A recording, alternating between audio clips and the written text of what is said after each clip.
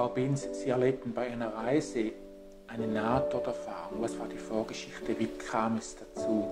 Vor 6 Jahren ungefähr, als ich Abschied von meinen Kindern und meinen Mann nehmen musste und nach Marokko fliegen, da war ich schwer krank. Das war eigentlich sehr traurig, weil meine kleinste Tochter war noch nie 8 Monate alt. Und der Papa musste für 4 Kinder allein schauen. Und wir hatten viel Angst. Wir wussten nicht, ob ich gesund zurück von Marokko oder nicht. Wie erlebten Sie die Nahtoderfahrung? Ja, das ist eigentlich in der Flugzeug vor dem Start, als ich gespürt habe, dass mir sehr schlecht ging, weil mein Körper, habe ich gespürt, dass er würde immer kälter und kälter. Und ich hatte Schwierigkeiten mit dem Atmen. Ich habe für die Flugzeugleiterin das gesagt und ich habe sie gebeten, um mir etwas Warmes zu bringen, weil ich fühlte meine Hände, sie werden so eiskalt. Ich hatte wirklich viel kalt. Und immer Schwierigkeiten beim Atmen, immer wieder. Ein Mann hinter mir hat immer mich versucht zu beruhigen und dann ich habe angefangen zu beten, weil ich könnte nicht atmen. Und ich habe angefangen zu lesen in einem Koran, den meine Kollegin mich gegeben hatte auf dem Flughafen. Und dann beim Lesen ist etwas Seltsames mir passiert. Ich habe gespürt, wie der Koran außer meiner Hand geflogen und unter dem Sessel vor mir gerutscht. Und als ich gebeugt hatte, um den Koran aufzunehmen, ich habe gespürt, wie mein Körper von mir runtergefallen. Das ist wie etwas Schweres von mir runtergefallen. Und ich glaube, das war die außerkörperliche Moment. Aber ich habe auch gespürt, dass ich könnte gleichzeitig nach hinten kommen. Und ich habe angefangen, die Leute zu beobachten, wie sie ihre Sachen in das Fach für Gepäck gelegten. Und ich habe nicht gewusst, dass ich in dem Moment bewusstlos. Ich habe einfach gesehen, dass das Licht wurde immer weniger und weniger. Und ich habe mich gefragt, was ist, warum möchten Sie das Licht ausschalten und die Passagiere haben noch nicht ihre Plätze genommen. Und ich habe plötzlich ein Geräusch von einer Explosion gehört und einen Rauch gesehen, den könnte ich gut riechen.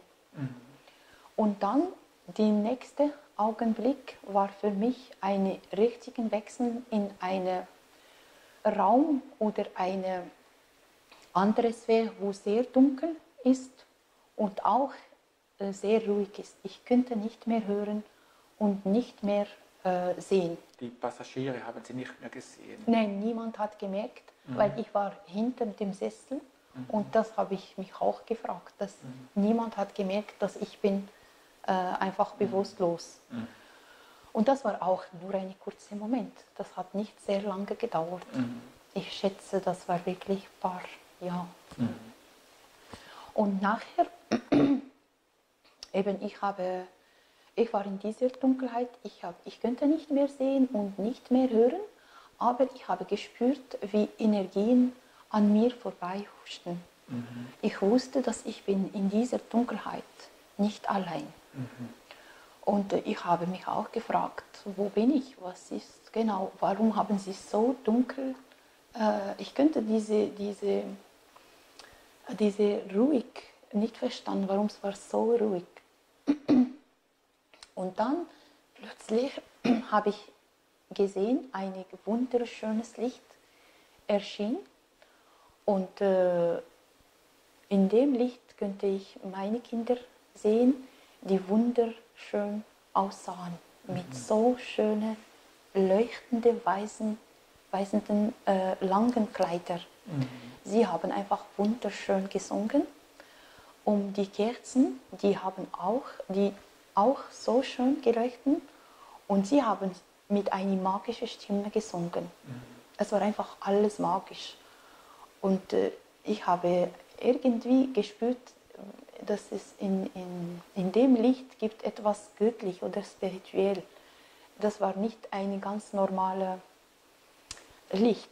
Und ich habe einfach gedacht, ich weiß, ich kann mich gut erinnern, ich habe gesagt, das kann nur ein Geschenk von Gott. Obwohl habe ich nicht gewusst von Nahtoderfahrungen. Aber ich habe gesagt, das ist ein Geschenk von Gott, um mich zu erwecken.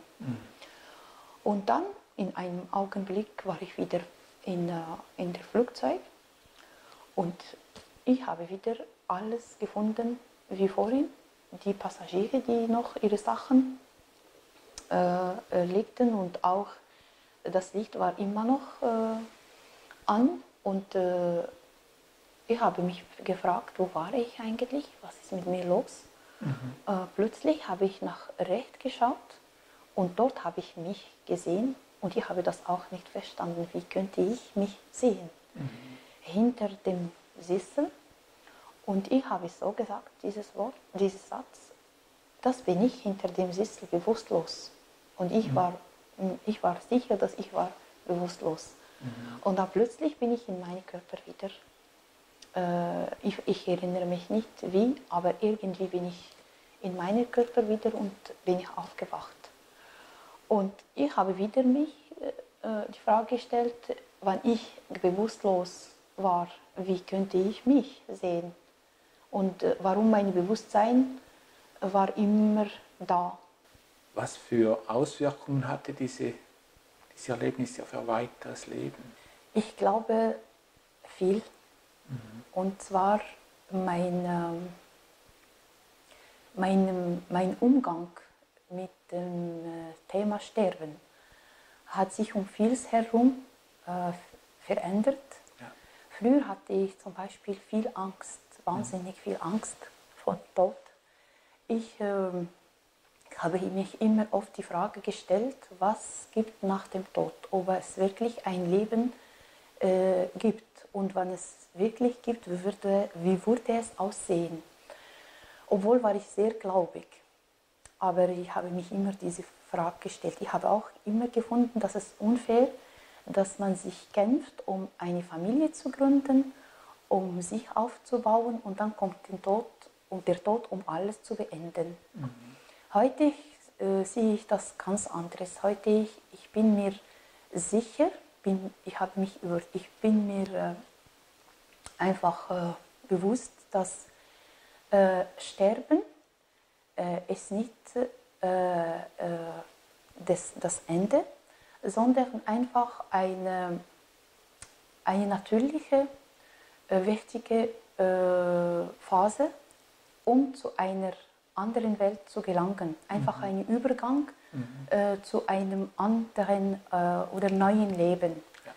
Ich bin auch überzeugt, dass das auch eine Rückkehr zur Heimat und dass ich zu meiner wichtigen Heimat, zur Liebe und Geborgenheit und zur wunderschönes Licht, ich muss mich ein bisschen verändern und heute versuche ich mich zu verändern,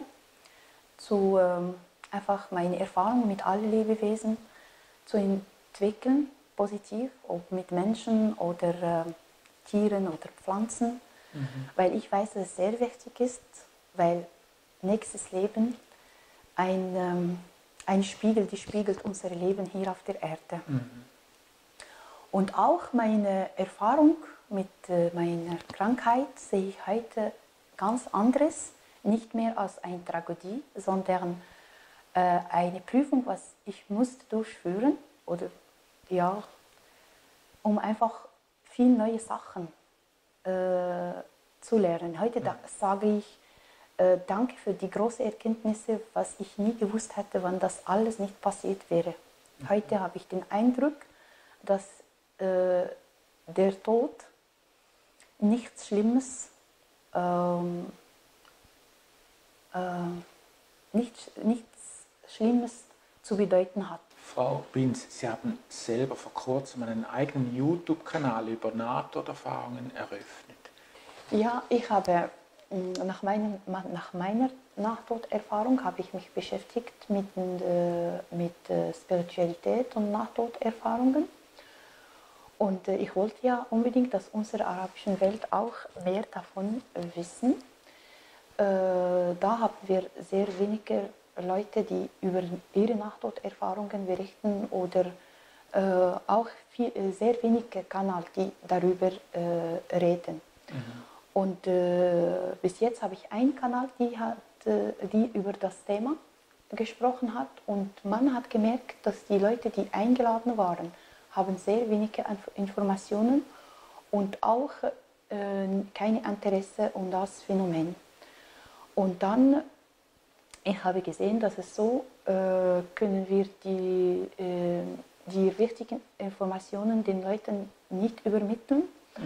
Dann habe ich gedacht, ich werde mich anfangen mit Videos für Schweizer Leute und deutsche Leute, die Erfahrung erlebt haben, zu übersetzen. Und, in Arabisch? In Arabisch, weil in unserer arabischen Welt haben wir wirklich Leute, die können sich öffnen, um das Phänomen zu erkennen, aber wenn die arabischen Informationsquellen genug sind. Und nach meiner Erfahrung habe ich schon gemerkt, dass viele Leute haben große Interesse, um neue Erfahrungen zu wissen. Sie haben Reaktionen bekommen aus der arabischen Welt, als Sie diese Videos übersetzt haben? Ja, genau. Am Anfang gab es auch skeptische Leute mit negativen Kommentaren. Aber als die Leute haben angefangen zu telefonieren und E-Mail zu schicken, dass sie möchten auch ihre Erfahrungen für die Leute erzählen, von Kuwait, von Algerien, von Irak und auch von Marokko. Man hat gemerkt, dass wir über ein Phänomen, der in jeder Religion existiert, und dass wir werben für keine bestimmte Religion. Dass wir werben einfach gleichzeitig wir werben für alle Religionen, einfach worauf sich einigen, für die Achtsamkeit, für die Liebe, Toleranz.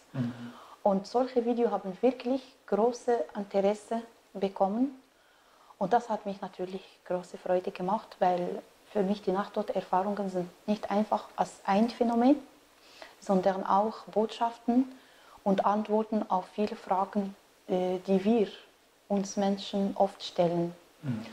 Und ja, das sind einfach, wir brauchen einfach diese Botschaften nach all diese Brutalität und Konflikte, was unsere Welt heutzutage durchlebt. Und ich hoffe, dass diese Botschaften sich verteilt und einfach unsere Jugendlichen vorbeugen kann von all diese Extremismus und Fanatismus, was aus dem großen Religionsmissverständnis erzeugt worden. Weil heute die Nahtoderfahrungen können wirklich bestätigen, dass die Religionen gekommen sind, um die Menschheit zu dienen und nicht das umgekehrt. Ja, nicht um Gewalt zu verbreiten. Ja, genau. Ich bin einfach mir klar darüber, dass eine liebe, mächtige Gott, der seine Gerechtigkeit kommt vor seinem Wut, wird nie zufrieden mit das, was heute auf der Erde passiert. Herzlichen Dank für das Gespräch. Ich danke Ihnen auch. Merci.